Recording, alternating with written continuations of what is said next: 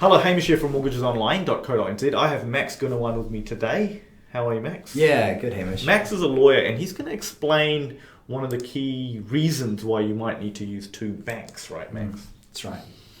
How do we illustrate this? Maybe I'll get a pen and paper. Why don't you describe this thing for me a little bit? Well, a common misconception is that you only need to pay back to the bank what you borrowed.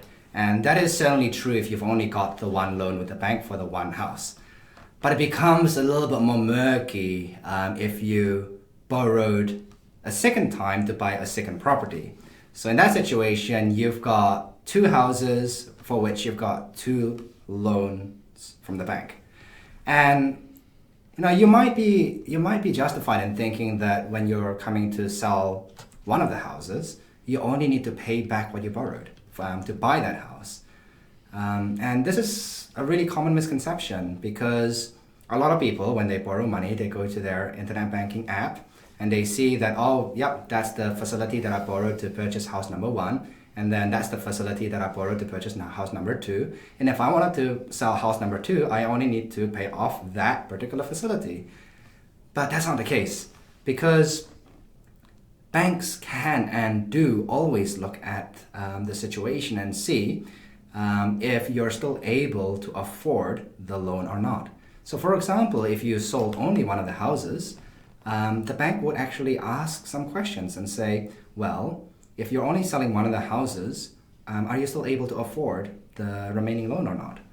And if, for example, you've had a change in circumstances, or if if the banks think that the market is actually going in a different way, they may actually ask you to pay back more than what you borrowed for it. Right. In fact, to pay back what you owe on other properties. Yes, exactly right. How do we mitigate that with using two banks? Well, if you have one loan secured against a house with one bank, and for the other house you are borrowing money from a different bank, then at a time when you think about selling or refinancing the second house or the first house, your only obligation is only for the loan that you're borrowing from that bank. And that is where there's actually an advantage that the bank doesn't really worry about any remaining loan facilities that you have with them because they don't have any remaining loan facilities. The remaining loan facility is held by a different bank. So in that situation, you don't have this type of worry.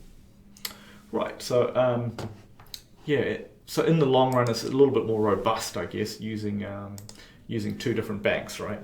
Well, this is one of the reasons, and there are, there's a bunch of other reasons as well, but this is one of the reasons where you don't really want to hear the news when you are just a couple of days away from settlement. So yes, because this is something that people actually just assume that, hey, look, I bought my investment property for $1 million and now I'm selling it for 1.5. I should only have to pay the $1 million back. They forget that that's not how the bank looks at it. They'll throw an application form at you and say, hey, by the way, let's make sure you can afford everything. Exactly right. Well, thanks for that, Max. I think that illustrates it quite nicely. No, thanks for having me.